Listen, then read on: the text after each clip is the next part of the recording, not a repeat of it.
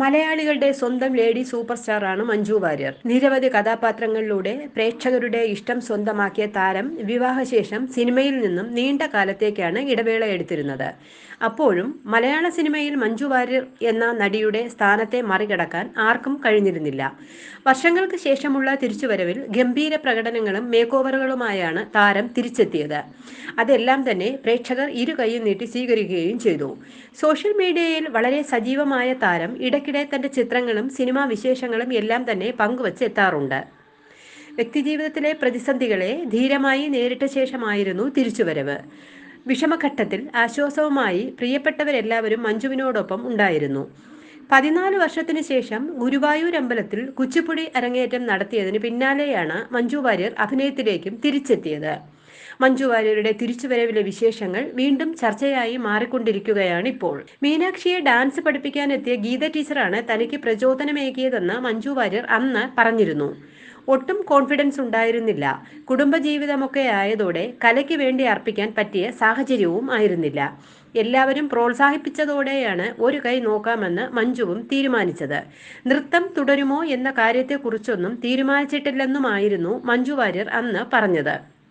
ഗുരുവായൂരിലെ അരങ്ങേറ്റം കഴിഞ്ഞ മഞ്ജുവിനോട് അന്ന് എല്ലാവരും ചോദിച്ചിരുന്നത് സിനിമയിലേക്കുള്ള തിരിച്ചുവരവിനെ കുറിച്ചായിരുന്നു. നൃത്തത്തിലൂടെയുള്ള തിരിച്ചുവരവ് അഭിനയത്തിലേക്കുള്ള മടങ്ങിവരവായി കണക്കാക്കാമോ എന്ന് ചോദിച്ചപ്പോൾ അത്തരം കാര്യങ്ങളൊന്നും ചിന്തിച്ചിട്ടില്ല, കുച്ചിപ്പുടിയും അതിന്റെ അരങ്ങേറ്റവുമായിരുന്നു മനസ്സിൽ എന്നായിരുന്നു മറുപടി.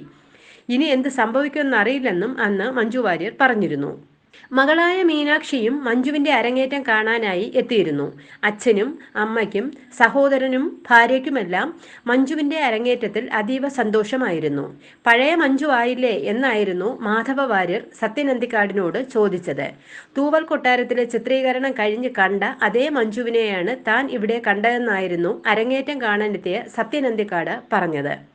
മഞ്ജു വാര്യർ വീണ്ടും ചിലങ്ക അണിയുന്നു എന്നറിഞ്ഞപ്പോൾ ആ നിമിഷത്തിനായി എല്ലാവരും കാത്തിരുന്നത് പോലെയാണ് തനിക്ക് അനുഭവപ്പെട്ടതെന്നും സത്യൻ അന്തിക്കാട് പറഞ്ഞിരുന്നു. തൂവൽ കൊട്ടാരത്തിലെ പാർവതി മനോഹരി എന്ന ഗാനരംഗം കഴിഞ്ഞ് പാക്കപ്പ് പറഞ്ഞപ്പോൾ മുന്നിലെത്തിയ മഞ്ജുവിനെയാണ് ഗുരുവായൂരിലെ വേദിയിലും കണ്ടത്. 14 വർഷത്തെ ഗ്യാപ്പ് ഒരു നിമിഷം പോലും അനുഭവപ്പെടാത്ത തരത്തിലായിരുന്നു മഞ്ജുവിന്റെ പ്രകടനമെന്നും അദ്ദേഹം അഭിപ്രായപ്പെട്ടിരുന്നു. ജീവിതത്തിൽ താൻ ഏറ്റവും കൂടുതൽ ടെൻഷനടിച്ച മുഹൂർത്തങ്ങളിലൊന്നായിരുന്നു ഗുരുവായൂരിലെ അരങ്ങേറ്റമെന്നും മഞ്ജു പ്രതികരിച്ചിരുന്നു. നേരത്തെയൊന്നും ഇത്ര ബാധ്യതയുണ്ടായിരുന്നില്ല. മുൻപ് പ്രേക്ഷകർ എന്നിൽ നിന്നും യാതൊന്നും പ്രതീക്ഷിക്കാറില്ലായിരുന്നു. വിളിച്ചു വരുത്തിയവരുടെ മുന്നിൽ കോമാളിയാവേണ്ടി വരുമോ എന്നോർത്തായിരുന്നു ടെൻഷൻ അടിച്ചത്. താൻ വീണ്ടും ചിലങ്ക എണിയുന്നത് വാർത്താ പ്രാധാന്യമായി മാറുമെന്ന് കരുതിയില്ലെന്നുമായിരുന്നു മഞ്ജു പറഞ്ഞത്.